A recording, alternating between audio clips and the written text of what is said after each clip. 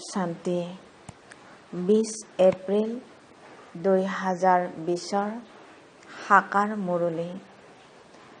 আজিৰ মুখ্য সাৰত বাবাই কৈছে, মৰমৰ সন্তানসকল, তোমালোকৰ এই নতুন বৃক্ষ অতি মিঠা। এই মিঠা বৃক্ষতে পোকে ধৰে। পোকবোৰক নাশ কৰাৰ ঔষধ হৈছে মন মনা হ'ব। তোমালোকৰ এই নতুন বৃক্ষ অতি মিঠা।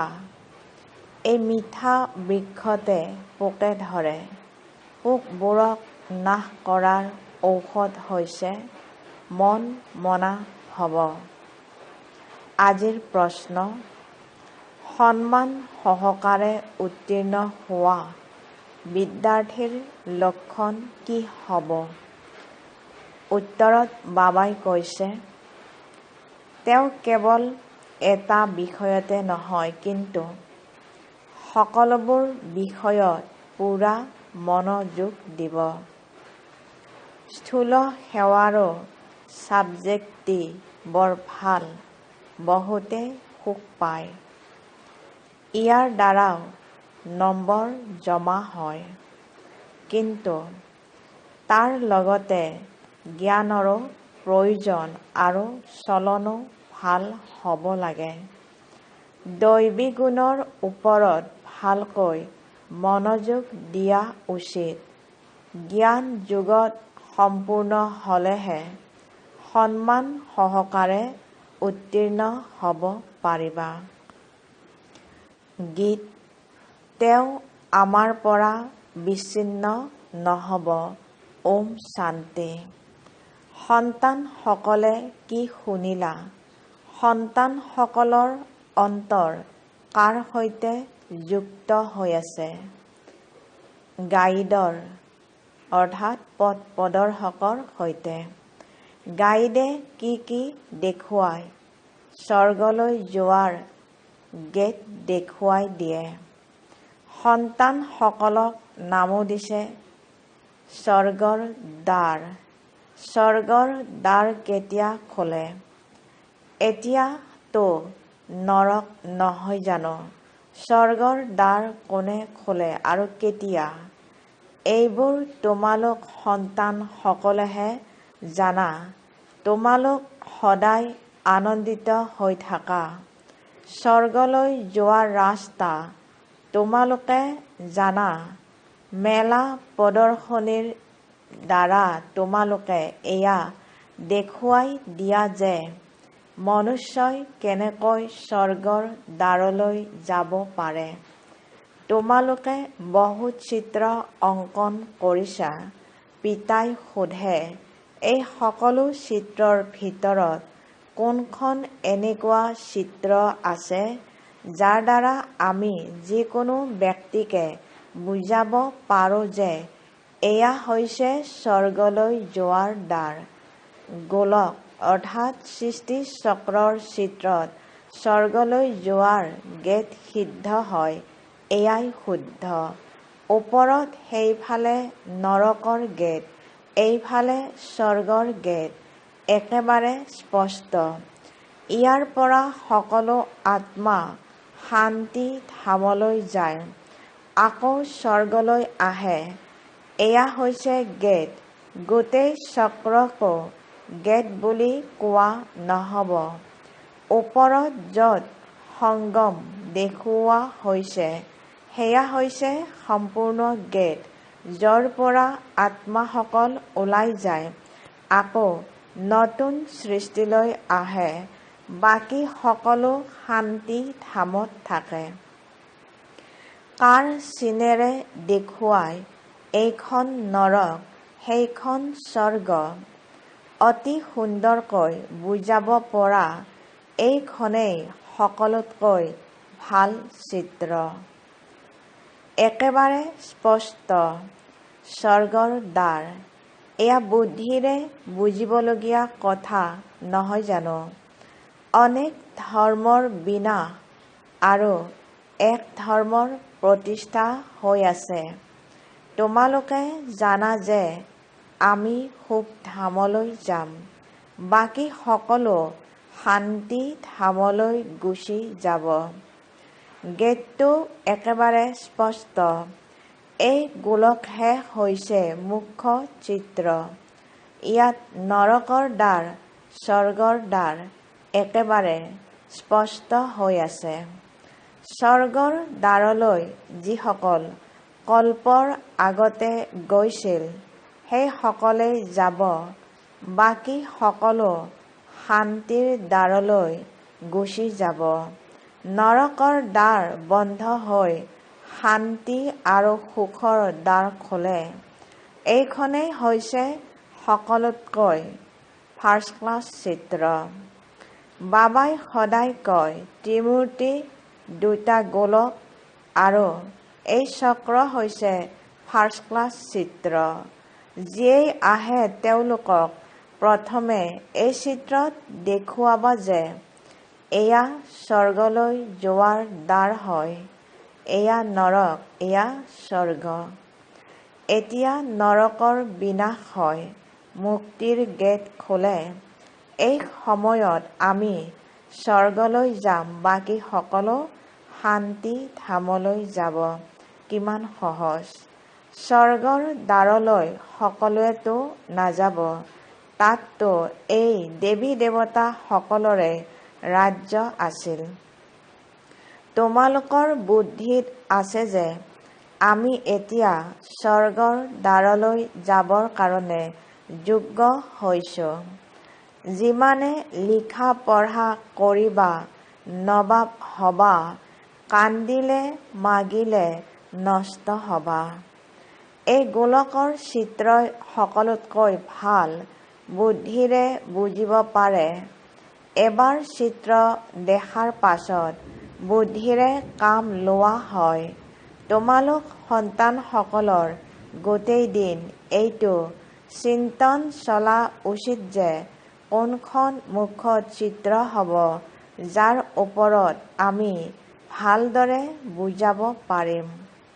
স্বৰ্গৰ দ্বাৰ, গেটৱে টু হেভেন। এই ইংৰাজী কথাষাৰ বৰ ভাল। এতিয়াতো অনেক ভাষা হৈ গ'ল। হিন্দী শব্দটো হিন্দুস্তানৰ পৰা ওলাইছে। হিন্দুস্তান শব্দটি কোনো শুদ্ধ শব্দ নহয়। ইয়াৰ আচল নামটো ভাৰতেই হয়। ভাৰত খণ্ড বুলি কয়। গলিবোৰৰ অৰ্থাৎ সৰু পথবোৰৰ নাম সলনি কৰা হয়। খণ্ডৰ নাম জানো সলনি কৰা হয়? মহাভাৰত শব্দটি আছে নহয়। সকলোতে ভাৰতহে স্মৃতিলৈ আহে। গায়নো কৰে ভাৰত আমাৰ দেশ। হিন্দু ধৰ্ম বুলি কোৱাৰ বাবে ভাষাও হিন্দী কৰি দিলে। এয়া হৈছে অসত্য। সত্য যুগত সকলো কেৱল সত্য। পিন্ধা উৰা সত্য, খোৱা বোৱা সত্য, কথা বতৰা সত্য। ইয়াত সকলোবোৰ মিছা হৈ গ'ল। গতিকে এই গেটৱে টু হেভেন অৰ্থাৎ স্বৰ্গৰ দ্বাৰ কথাষাৰ বহুত ভাল। বলক আমি আপোনালোকক স্বৰ্গলৈ যোৱাৰ গেটৰ বিষয়ে শুনাম। কিমান ভাষা হৈ গ'ল। পিতাই তোমালোক সন্তানসকলক সৎগতিৰ শ্ৰেষ্ঠ মত দিয়ে। পিতাৰ মতৰ বাবে গায়ন আছে, তেওঁৰ গতি মতি উপ্ৰাম। তোমালোক সন্তানসকলক কিমান সহজ মত দিয়ে। ভগৱানৰ শ্ৰীমততহে তোমালোক চলিব লাগে। ডাক্তৰৰ মতত চলিলে ডাক্তৰ হ'বগৈ। ভগৱানৰ মতত চলিলে ভগৱান ভগৱতী হ'ব লাগে। হয়ো ভগৱানুবাচ অৰ্থাৎ ভগৱানে কয়। সেইবাবে বাবাই কৈছিল, প্ৰথমেতো এইটো সিদ্ধ কৰা যে ভগৱান কাক কোৱা হয়। স্বৰ্গৰ মালিক নিশ্চয় ভগৱান ভগৱতীয়ে হ'ল। ব্ৰহ্মততো একো নাই। স্বৰ্গও ইয়াতে, নৰকো ইয়াতে হয়। স্বৰ্গ নৰক দুয়োখন একেবাৰে পৃথক। মনুষ্যৰ বুদ্ধি একেবাৰে তমোপ্ৰধান হৈ গৈছে, একোৱে বুজি নাপায়। সত্যযুগ লাখ লাখ বছৰ বুলি কৈ দিছে, কলিযুগৰ বাবে কয় 40,000 বছৰ বাকী আছে, একেবাৰে ঘোৰ অন্ধকাৰত আছে। এতিয়া তোমালোক সন্তানসকলে জানা যে পিতাই আমাক স্বৰ্গলৈ লৈ যাবৰ কাৰণে এনেকুৱা গুণৱান কৰি তোলে। মুখ্য চিন্তা এইটোৱে হোৱা উচিত যে আমি কেনেকৈ সতোপ্ৰধান হওঁ। পিতাই কৈছে, মামেকম, অৰ্থাৎ মনে মনে কেৱল মোক স্মৰণ কৰা। চলা ফুৰা কাম কাজ কৰিও বুদ্ধিত যাতে এইটো স্মৃতি থাকে। প্ৰেমিক প্ৰেমিকায়ো কৰ্মটো কৰে নহয় জানো? ভক্তিটো কৰ্ম কৰে, বুদ্ধিত তেওঁৰ স্মৃতি থাকে। স্মৰণ কৰিবৰ কাৰণে মালা জপে। পিতায়ো বাৰে বাৰে কয়, মোক পিতাক স্মৰণ কৰা। সৰ্বব্যাপী বুলি কৈ দিয়ে, তেন্তে আকৌ স্মৰণ কাক কৰিব? পিতাই বুজায়, তোমালোক কিমান নাস্তিক হৈ গলা, পিতাকেই নাজানা। এনেকৈ কোৱাও যে অ' গড ফাদাৰ, কিন্তু তেওঁ কোন সেই বিষয়ে অলপো নাজানে। আত্মাই কয়, অ' গড ফাদাৰ, অৰ্থাৎ হে পৰম পিতা। কিন্তু আত্মা কি? আত্মা বেলেগ। তেওঁক কোৱা হয় পৰম আত্মা, অৰ্থাৎ সুপ্ৰিম, সৰ্বোচ্চ। উচ্চতকৈ উচ্চ সুপ্ৰিম চ'ল, পৰমাত্মা। এজনো মনুষ্য নাই যাৰ নিজ আত্মাৰ জ্ঞান আছে। মই আত্মা হওঁ, এয়া শৰীৰ। দুটা বস্তু নহয় জানো? এই শৰীৰ 5 তত্ত্বৰে গঠিত। আত্মাটো এটা অবিনাশী বিন্দু। আত্মা কি বস্তুৰে তৈয়াৰী হ'ব? ইমান সূক্ষ্ম বিন্দু সাধু সন্ত আদি কোনেও নাজানে। এওঁতো অৰ্থাৎ ব্ৰহ্মা বাবাই বহুত গুৰুৰ শৰণ ল'লে, কিন্তু কোনেও এইটো নুশুনালে যে আত্মা কি, পৰমপিতা পৰমাত্মা কি। এনেকুৱা নহয় যে কেৱল পৰমাত্মাকহে নাজানে, আত্মাকো নাজানে। আত্মাক জানিলে পৰমাত্মাকো তৎক্ষণাৎ জানিব। সন্তানে নিজক জানিলে আৰু পিতাকক নাজানিলে তেন্তে কেনেকৈ চলিব পাৰিব? তোমালোকেতো এতিয়া জানা যে আত্মা কি, ক'ত থাকে। ডাক্তৰসকলেও ইমানখিনি বুজি পায়। আত্মা সূক্ষ্ম হয়, এই দুচকুৰে দেখা পোৱা নাযায়। আকৌ কাচেৰে বন্ধ কৰিলে কেনেকৈ দেখিব পাৰিব? জগতত তোমালোকৰ দৰে জ্ঞান কাৰো নাই। তোমালোকে জানা যে আত্মা বিন্দু, পৰমাত্মাও বিন্দু। বাকী আমি আত্মাসকল পতিতৰ পৰা পাৱন, পাৱনৰ পৰা পতিত হওঁ। তাততো পতিত আত্মা নাথাকে। তাৰ পৰা সকলো পাৱন হৈ আহে, পাছত পতিত হৈ যায়। পুনৰ পিতা আহি পাৱন কৰি তোলে। এইটো অতি সহজ কথা। তোমালোকে জানা যে আমি আত্মাসকলে 84 চক্ৰ পৰিক্ৰমা কৰি এতিয়া তমোপ্ৰধান হৈ গৈছো। আমিয়েই 84 জন্ম লওঁ। এজনৰ কথাটো নহয়, পিতাই কয়, মই এওঁক অৰ্থাৎ ব্ৰহ্মাক বুজাওঁ, তোমালোকে শুনা।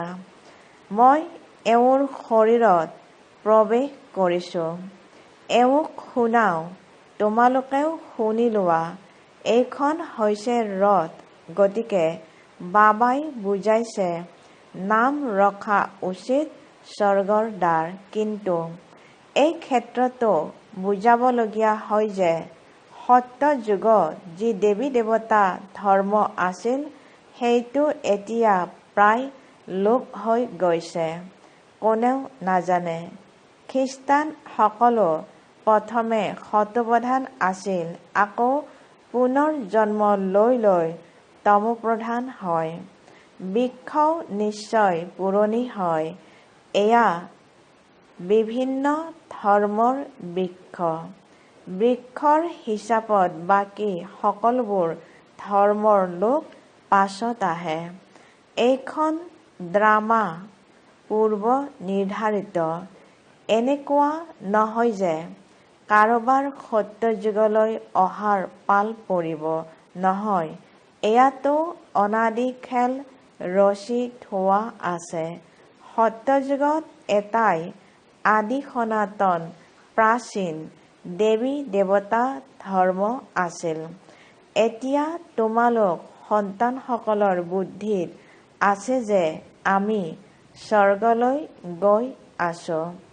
আত্মাই কয় আমি তমোপ্ৰধান, তেন্তে ঘৰলৈ কেনেকৈ যাম? স্বৰ্গলৈ কেনেকৈ যাম? তাৰ বাবে পিতাই শতপ্ৰধান হোৱাৰ যুক্তিও শুনাইছে। পিতাই কয়, মোকেই পতিত পাৱন বুলি কয়। নিজকে আত্মা বুলি বুজি পিতাক স্মৰণ কৰিবা। ভগৱানুবাচ অৰ্থাৎ ভগৱানে কয়, লিখা আছে। এইটো সকলোৱে কৈ থাকে।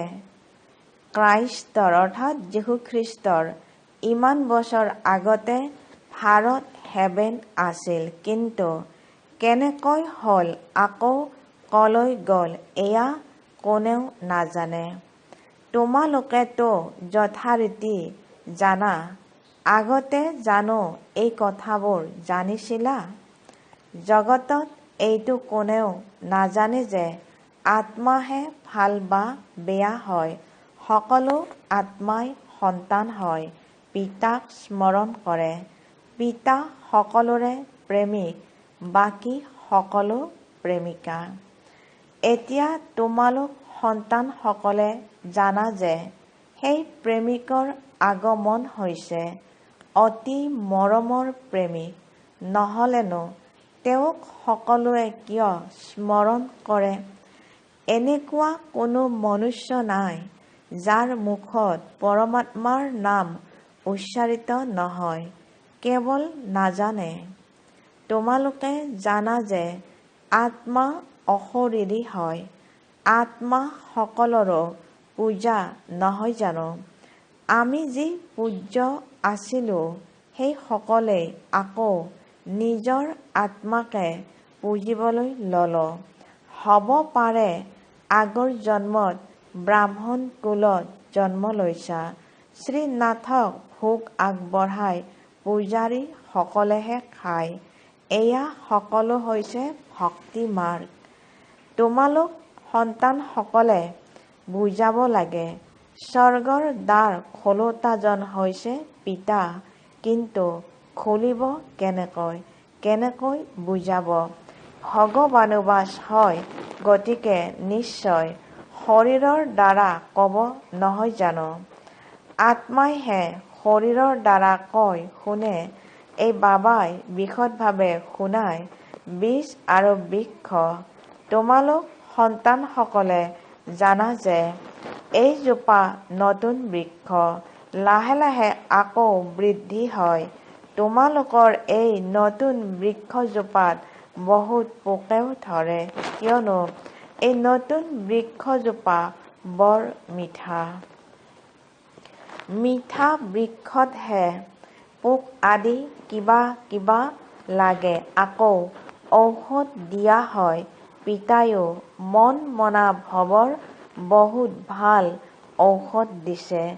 মন মনা ভৱ নোহোৱা বাবে পোকে খাই পেলায়। পোকে ধৰা বস্তু কি কামত আহিব সেয়াতো পেলাই দিয়া হয়। ক'ত উচ্চ পদ, ক'ত নিম্ন পদ। পাৰ্থক্যটো আছে নহয় জানো? মৰমৰ সন্তানসকলক বুজাই থাকে। বহুত মিঠা হবা, কাৰো সৈতে লুণীয়া পানী নহবা, অৰ্থাৎ কাজিয়া পেচাল নকৰিবা। ক্ষীৰখণ্ড হোৱা অৰ্থাৎ মিলা প্ৰীতিৰে থকা উচিত। তাত সিংহ আৰু ছাগলীও ক্ষীৰখণ্ড হৈ থাকে। গতিকে সন্তানসকলো ক্ষীৰখণ্ড হৈ থাকিব লাগে। কিন্তু যদি কাৰোবাৰ ভাগ্যতেই নাই, তেন্তে পুৰুষাৰ্থ কি কৰিব? অকৃতকাৰ্য হৈ যায়। শিক্ষকেতো ভাগ্য শ্ৰেষ্ঠ কৰি তুলিবৰ কাৰণে পঢ়ায়। শিক্ষকেতো সকলোকে পঢ়ায়। পাৰ্থক্য তোমালোকে দেখিবলৈ পোৱা। বিদ্যাৰ্থীয়ে শ্ৰেণীত জানিব পাৰে কোনগৰাকী কোনটো বিষয়ত পাকৈত। ইয়াতো তেনেকুৱা। স্থূল সেৱাৰো বিষয়টো আছে নহয় জানো? যেনেকৈ ৰন্ধনশালৰ সেৱা আছে। বহুতে সুখ পায়, সকলোৱে কিমান স্মৰণ কৰে। এইটোতো ঠিকেই। এইটো বিষয়ৰ পৰাও নম্বৰ পোৱা যায়। কিন্তু সন্মান সহকাৰে উত্তীৰ্ণ হ'বলৈ হ'লে কেৱল এটা বিষয়তে নহয়, সকলো বিষয়ত সম্পূৰ্ণ মনোযোগ দিব লাগিব। জ্ঞানো লাগে, চলনো এনেকুৱা হোৱা উচিত, দৈবী গুণো লাগে। মনোযোগ দিয়াটো ভাল। ৰন্ধনশালৰ ওচৰলৈ কোনোবা আহিলে যাতে কয়, মন মনা হব। শিৱ বাবাক স্মৰণ কৰিলে বিকৰ্ম বিনাশ হব আৰু তোমালোক স্বৰ্গৰ মালিক হৈ যাবা। পিতাক স্মৰণ কৰি অন্যকো পৰিচয় দি থাকে। জ্ঞান আৰু যোগৰ আৱশ্যক। বহুত সহজ। মুখ্য কথাই হৈছে এইটো, অন্ধৰ লাখুটি হ'ব লাগে। প্ৰদৰ্শনীলৈ যিকোনো লোককে লৈ যোৱা, বলক আমি আপোনাক স্বৰ্গৰ গেট দেখুৱাম। এয়া নৰক, সেয়া স্বৰ্গ। পিতাই কয়, মোক স্মৰণ কৰা, পবিত্ৰ হোৱা, তেতিয়া তোমালোক পবিত্ৰ সৃষ্টিৰ মালিক হৈ যাবাগৈ। মন মনা হব। হুবহু তোমালোকক গীতা শুনায়। সেইবাবে বাবাই চিত্ৰ তৈয়াৰ কৰাইছে। গীতাৰ ভগৱান কোন? স্বৰ্গৰ গেট কোনে খোলে? শিৱ বাবাই খোলে। কৃষ্ণই সেই গেটেৰে পাৰ হৈ যায়। আকৌ নাম ৰাখি দিলে কৃষ্ণৰ। মুখ্য চিত্ৰ হৈছে দুখন, বাকীবোৰ হৈছে বিস্তাৰ। সন্তানসকল বহুত মিঠা হ'ব লাগে। স্নেহেৰে বাৰ্তালাপ কৰিব লাগে। মন বচন কৰ্মৰে সকলোকে সুখ দিব লাগে। চোৱা, ৰন্ধনশালত সেৱা কৰোঁতাসকলে সকলোকে আনন্দিত কৰে। গতিকে তেওঁ লোকৰ বাবে উপহাৰো লৈ আহে। এইটো বিষয় নহয় জানো? আহি উপহাৰ দিয়ে। তেওঁ কয়, মই আপোনাৰ পৰা কিয় ল'ম? তেতিয়া আপুনি স্মৃতিলৈ আহি থাকিব। শিৱ বাবাৰ ভঁৰালৰ পৰা পালে তেতিয়া মোৰ শিৱ বাবাৰ স্মৃতি আহি থাকিব। ভাল বাৰু। অতি মৰমৰ কল্পৰ পাছত পুনৰাই লগ পোৱা সন্তানসকলৰ প্ৰতি মাতা পিতা বাপ দাদাৰ স্নেহপূৰ্ণ স্মৰণ আৰু সুপ্ৰভাত। আত্মিক পিতাৰ আত্মিক সন্তানসকলক নমস্কাৰ। আত্মিক সন্তানসকলেও আত্মিক মাতা পিতা বাপ দাদাক স্নেহপূৰ্ণ স্মৰণ, সুপ্ৰভাত আৰু নমস্কাৰ। ধাৰণাৰ বাবে মুখ্য সাৰ। ১. নিজৰ উচ্চ ভাগ্য গঢ়িবৰ কাৰণে পৰস্পৰ বহুত ক্ষীৰখণ্ড হয়, অৰ্থাৎ অতি মিলা প্ৰীতিৰে মিঠা হৈ চলিব লাগে। কেতিয়াও লুণীয়া পানী অৰ্থাৎ পৰস্পৰ হাই কাজিয়া কৰিব নালাগে। সকলো বিষয়ত সম্পূৰ্ণ মনোযোগ দিব লাগে। 2. সৎ গতিৰ কাৰণে পিতাৰ যি শ্ৰেষ্ঠ মত পাইছা সেই মতে চলিব লাগে আৰু সকলোকে শ্ৰেষ্ঠ মতহে শুনাব লাগে। স্বৰ্গলৈ যোৱাৰ ৰাস্তা দেখুৱাব লাগে। আজিৰ বৰদান। শুদ্ধ সংকল্পৰ শক্তিৰ স্তকেৰে অৰ্থাৎ জমা পুঁজিৰে মনৰ সেৱাৰ সহজ অনুভৱী হোৱা। শুদ্ধ সংকল্পৰ শক্তিৰ স্তকেৰে অৰ্থাৎ জমা পুঁজিৰে মনৰ সেৱাৰ সহজ অনুভৱী হোৱা।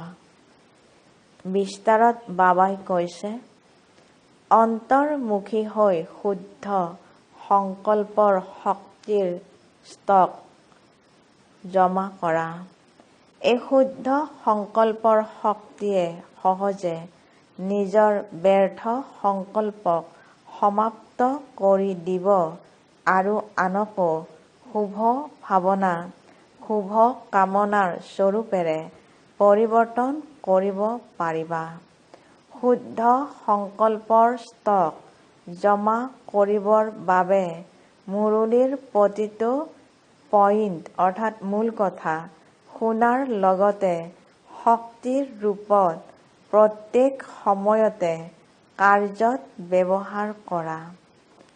যিমানে শুদ্ধ সংকল্পৰ শক্তিৰ স্তক জমা হ'ব, সিমানে মনৰ সেৱাৰ সহজ অনুভৱী হৈ গৈ থাকিবা। আজিৰ শ্লোগান। মনৰ পৰা সদাকালৰ বাবে ঈৰ্ষা দেশক বিদায় দিয়া, তেতিয়া বিজয় প্ৰাপ্ত হ'ব। মনৰ পৰা সদাকালৰ বাবে ঈৰ্ষা দেশক বিদায় দিয়া, তেতিয়া বিজয় প্ৰাপ্ত হ'ব। ওম শান্তি। ওম শান্তি।